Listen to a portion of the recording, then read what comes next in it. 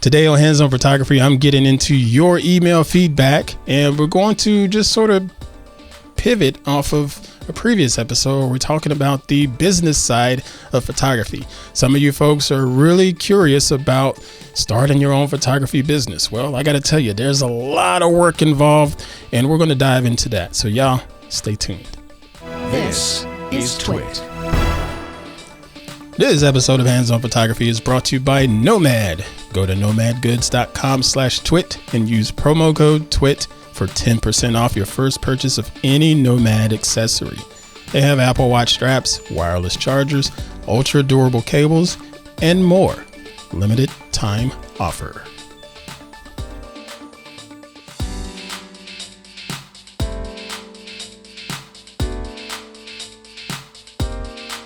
Well, hey, what's going on, everybody? I'm Pruitt, and this is Hands On Photography here on TWiT TV. Hey, I hope y'all are doing all right. I'm unbelievable as always. This week is not a scorcher, so I'm not sweating like crazy here in the studio. But anyway, hope y'all are doing okay. This is the podcast where I like to sit down and share different tips and tricks that are going to help make you a better photographer as well as a better post processor. Every now and then I do get to sit down with a photography guest, or I get to do like what we're going to do this week. Sit down and look at some of your submitted feedback. Yeah, people can email the show and potentially have said emails discussed on the show. Imagine that. But anyway, before we get into that, I want to say welcome to everybody that's catching us for the very first time and say thank you for joining me today.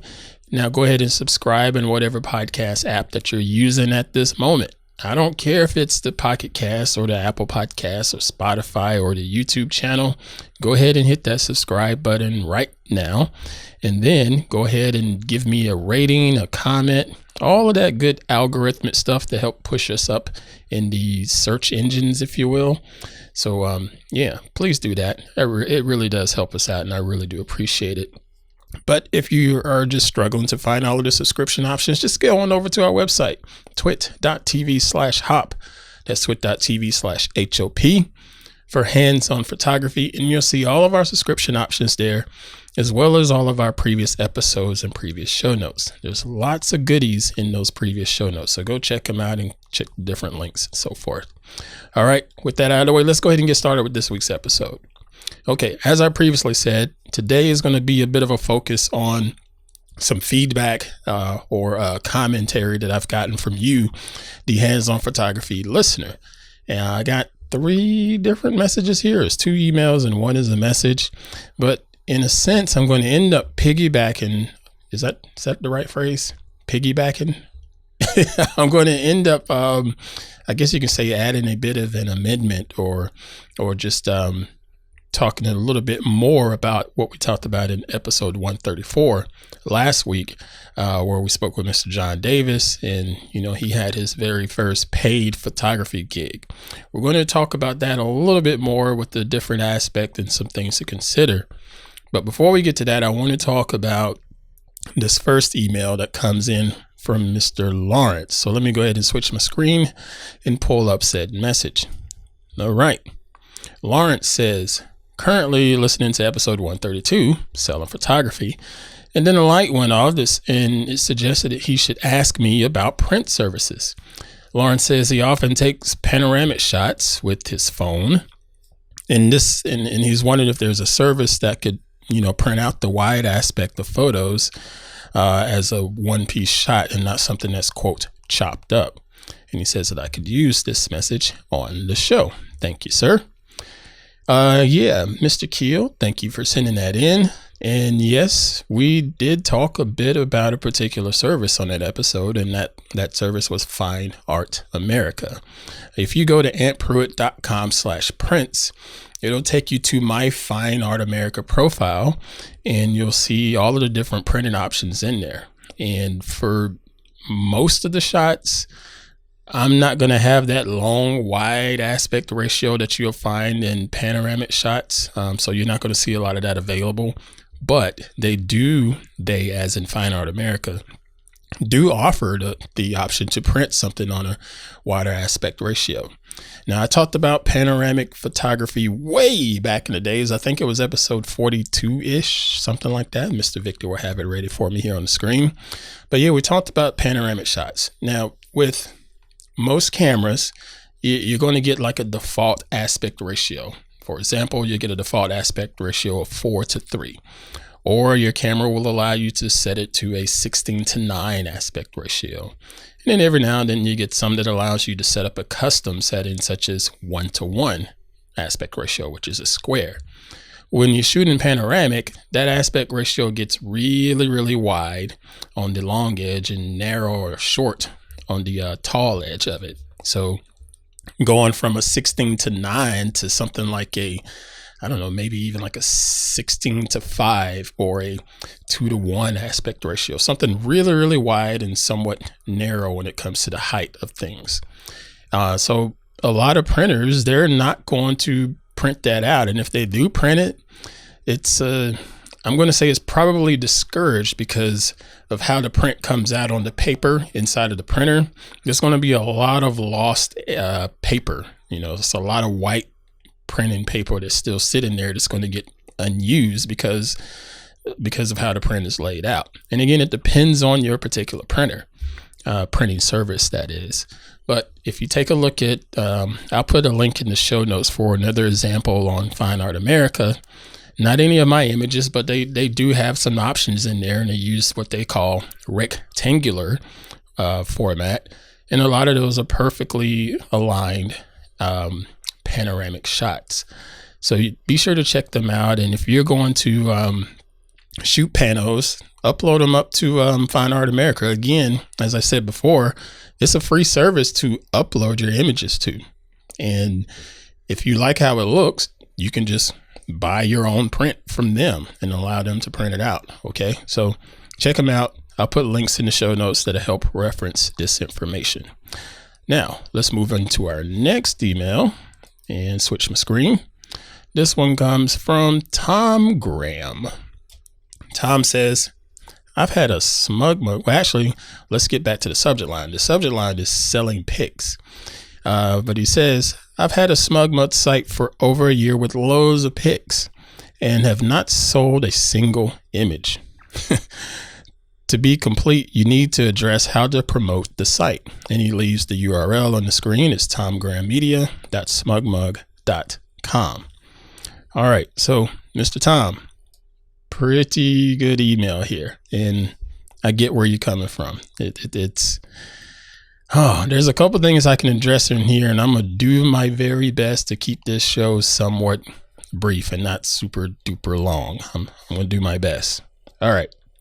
So when you're talking about selling your prints or selling your images online, there's going to be a lot of legwork that goes into this. First off, it comes in just to how you capture your images. What's the quality of them? How do they look? The aspect ratio, as we discussed in the previous email. The subject matter, if you will, is it something that's going to captivate people that makes them say, this is interesting. Maybe I should buy this, or support the artist. Because I always hear this from a lot of people, and sometimes their photography is just not very good. When I looked at your site, Mr. Tom, that wasn't the case. You have some great images on your site. That I got to give you your credit. They're not just snap-worthy what do you call them? They're not just snapshots, if you will. They're actual beautiful pieces of art, in my opinion. And I think, yes, you can sell these prints, but why aren't they selling? Well, my first question to you is, are you promoting it? Okay. Who are you promoting it to? How are you promoting it? When it comes to doing your photography business, one of the biggest aspects in it is being a salesperson. And I know salesperson is something that really, really takes a bad rep nowadays. They think about the old days of the door-to-door salesperson and they sort of nag you and spam you, if you will. Well, the really, really successful sales folks, they push, they promote. Did I say that? right? Yeah, they promote. They're always pushing their products, and that's a part of the gig. So my question to you again is, how are you getting the word out about your SmugMug site? Okay, there's a couple things you can consider with that. You can have your own website that points directly to the SmugMug site. We talked about last week with Mr. Davis using a domain registrar like Hover, which is one of the TWiT sponsors, to have your domain point to SmugMug. Because when someone goes to do a Google search for your name, what's going to pop up? Is it going to pop up your website, or is it going to pop up some random Facebook post that has nothing to do with your photography? Okay, so there's a lot of stuff like that to consider. But I'm going to take a quick break and get back into this stuff for a second, because there's another message that I wanted to share. But before we do that, let me take a few moments to thank the fine folks over at Nomad. Yes, Nomad. See, they got together back in 2012 in Santa Barbara, California, and they started it as a Kickstarter project. And they figured, you know what, we need to build something that's going to, be ultra rugged and minimalist for the 21st century that would seamlessly integrate the everyday carry. So in the past 9 years, Nomad has expanded to a wide range of mobile accessories to fit any need, from the iPhone cases to Apple Watch straps, wireless chargers, to premium wallets and passport holders, all crafted with Horween leather. Nomad uses leather from the Horween Tannery in Chicago, founded in 1905, and offers an unparalleled blend of quality and consistency. Leather accessories develop a rich patina with time, and it looks really, really good because it sort of just wears down, and it just gives it that uncharacteristic look that looks like anybody else's stuff. This says it's truly mine, and it just looks so dadgum beautiful and smells good, because leather just smells great. Nomad offers convenient wireless charging solutions for your home, office, and bedroom, with the suite of chargers for whatever Apple device you use, as well as the Apple Watch and the Apple AirPods. Now, Nomad is also offering AC adapters for folks like me that don't use a lot of, Apple devices, but I do have some Android devices that still need to be charged up. And it's nice that they give me these little bricks like this one here that's going to give me a really, really quick charge. They offer the 30 watt and the 65 watt GAN adapters to help charge up your devices in a timely manner, not with that trickle down stuff, The crew at Nomad has been tired of dealing with flimsy charging cables that seem to fall apart every few months. So they set out to engineer some of the most rugged cables all around. Reinforced with their double-braided Kevlar outer sheath and strong metal alloy connector housings, Nomad cables have been engineered for extreme durability and heavy everyday use. They're also a climate-neutral certified brand. Big ups to you on that, Nomad. Nomad is, and always will be, a company that prioritizes design and quality over everything else. One of the most important aspects of Nomad when designing new products is they use the highest quality, longest lasting materials that are available. They design all of their concepts from the ground up rather than white labeling some existing products that are out there. No, not doing that. So, folks, go to nomadgoods.com/twit and use promo code TWIT for 10% off your first purchase of any Nomad accessory. That's nomadgoods.com/twit with promo code TWIT. And this is a limited time offer. And we thank Nomad for their support of hands-on photography and all of the shows here at TWiT. Okay, so I want to get back into this business talk. Okay, so, you get your first paid gig, but what happens when you get your second gig? What happens when you get your third gig? Ooh, things are starting to get a little bit serious for you on the photography business side, right? Well, there are some things that you have to consider. And this was brought to my attention as one day in our Discord, on our Club TWiT Discord, that is, one of our members says, and I'm going to pull it up on my screen. Hey, Ant, I wanted to say, and this came from Great Scott. I love that username. It says, Ant, I wanted to say, I thought this selling your prints episode was a great idea. I would love if you did a part 2 and gave suggestions on how to set up a business so that a person could sell.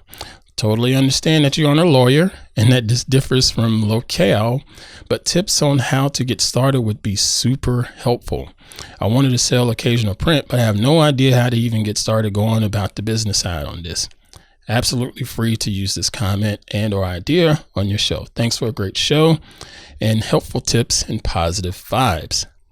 Hey, first off, thank you for being a Club TWiT member. I really do appreciate that. All of us here really do appreciate you being a member of Club TWiT. And secondly, there's a lot that goes into it. You know, when you getting into this photography business and you sell some prints here and there, yeah, that's fine. You can sell some prints here and there, but that's not necessarily saying you are an incorporation. You know, that's not saying that you are a business, if you will. That just says you're a hobbyist that happened to sell some stuff. And granted, again, here's my disclaimer. I am not an attorney, not a lawyer, anything like that. But I am going to share with you some of the things that I've dealt with over the years that have been helpful for me. And I hope that it can translate into some information that you can use as research to get started with your own business endeavors. Okay. But yeah, when you're first starting out, it's not really as stressful if you're only selling like 1 or 2 prints a year and you're not even making $100, not even making $1,000 or things like that. It's literally just like you selling one of your, I don't know, that's an old t-shirt or something to somebody in a yard sale. That's just what it is. And when the IRS comes around, the tax people, they will literally say that, at least in my experience. They'll say, hey, this isn't necessarily a business. This is more of a hobby, but thank you for advising that you made this much money based on selling yada, yada, yada, selling prints or whatever. Okay. And that's fine. With that said, there's a couple things you need to consider as far as the business side of things. First, you need some type of record tracking. Okay. I used the folks at FreshBooks. Yes, they were a former TWiT sponsor. That's how I found out about them 10 years ago, because they were on the TWiT network. But I use FreshBooks to help me keep up with every single thing. Because I got to tell you, you can be a spreadsheet super guru, what have you. But man, that stuff can just be really, really annoying, and the organization of it can really get lost. And FreshBooks allowed me to, or any just accounting system or accounting software, it will allow you to keep up with the stuff that you bring in from an expense standpoint, and keep up with the stuff that you bring in from revenues, and keep up with supplies. It's just a lot of different things that helps you stay on task as far as the end of the year, and being able to look at where you are with how much money you've made or how much money you've lost, and being able to report that from a taxation standpoint, because all of it has its own different, every state has their own regulations and rules. So your mileage may vary when it comes to that. But I definitely recommend looking at something like FreshBooks or whatever accounting software that you can get your hands on, free or not. Okay. So after you've done that and you start to see that you're getting more and more clients, then yes, you probably want to consider starting a business. Okay. And a couple of things people do is they look at what's called an LLC, or they look at an S Corp. And ideally, I believe the best, I went the route of an LLC, and that's a limited liability company. And that helps me out with the taxation stuff. And it's really, really easy to file for an LLC, to get one. Just get yourself a federal ID. And a lot of these resources are available online for free. But now granted, getting an LLC is going to cost you something. You do have to pay that registration periodically and so forth. So get yourself an LLC to have yourself set up as a business. And then as you're continuing to grow your business, everything is being run through that LLC and not necessarily run through you, giving you all of this ridiculous liability when it should be on the business side of things. All right. So you have the LLC, you have your accounting software. What's next? You're ready to go, right? Yeah. Start creating your work, start creating your content. and then start marketing, start pushing it out there. People need to hear about your business. Okay.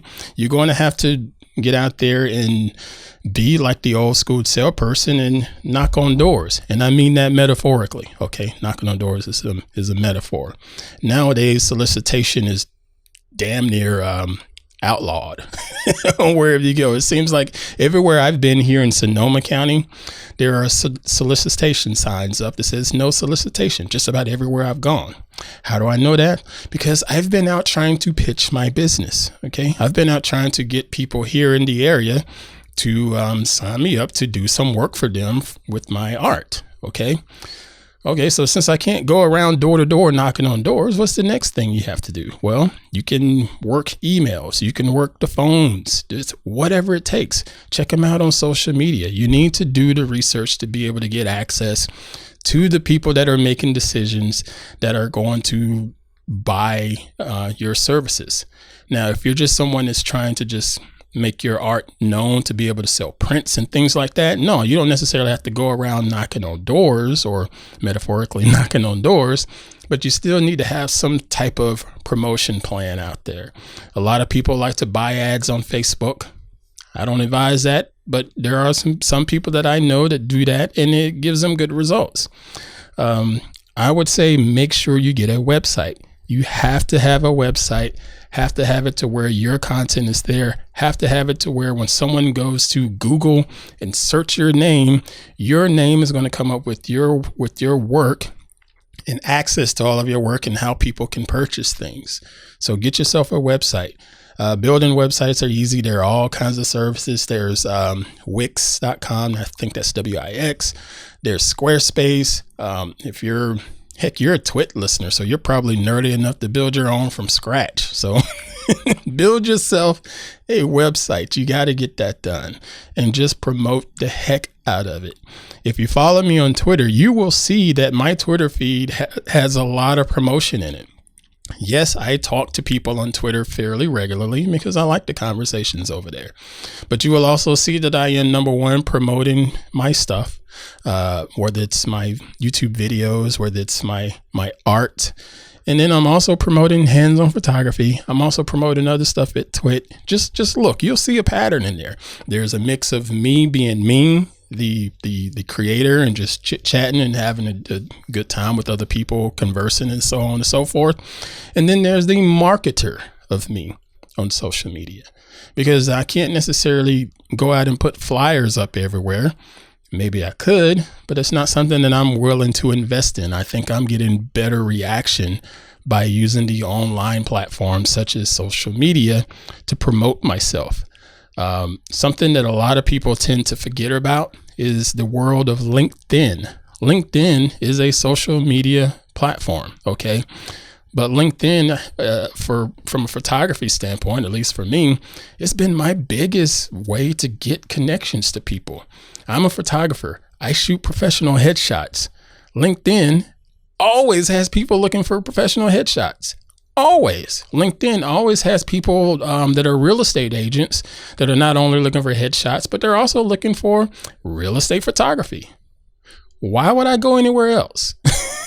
So I will go to LinkedIn. I will promote myself there. I will do the research to look up the people in my geographical location that I could potentially have access to and say, hey, let's sit down, let's chat. Let me pitch my services to you. Okay. So yeah, if you're going to do this stuff, it's a lot of work that goes into it beyond just posting it on the website or beyond just posting it on SmugMug, because photography is so accessible to people these days. Everybody can snap some really, really cool photographs, but not everybody is going to have what it takes to make that into a business. It takes a lot of effort. It takes a lot of self-promotion. It takes a lot of research. Okay. Thinking about the research side of things. If I look at my service where people are ordering prints, I go and I look at analytics of my Fine Art America account. I'm looking at what are people clicking on the most? When are they clicking on it? Okay. So that gives me an idea of the type of things that people are looking for at that particular time. Same for my YouTube stuff. Same for hands-on photography. You folks help me to help make this show even better based on the feedback that I get from you all, because I want this to be something that's going to be helpful for everybody, and it's going to help everybody else grow in addition to help me grow. Okay. I hope that makes sense. But yeah, Mr. Keel, Mr. Great Scott, Mr. Thomas. Hey, that's the real talk I'm going to give y'all this week. You're wanting to do more and sell more prints with your smug mug. You're going to have to promote it. You're going to have to push it. You're going to have to tell some other people face to face. I have business cards around here somewhere. Yeah. I have business cards with me that I keep a couple in my wallet quite regularly, and I also have my TWiT business cards too, right here. Here's one of my TWiT business cards. And whenever I'm out, and if someone decides to have some sort of conversation with me, even if I'm at the grocery store, just buying a gallon of milk, and someone tells me how healthy milk is, I tell them, yeah, it's great. But yeah, did you know that I'm also a photographer here? Let me give you my card. I will do that in a minute. I need to promote this. There's some people are not comfortable doing that. And I had my moment of time where I wasn't comfortable doing that.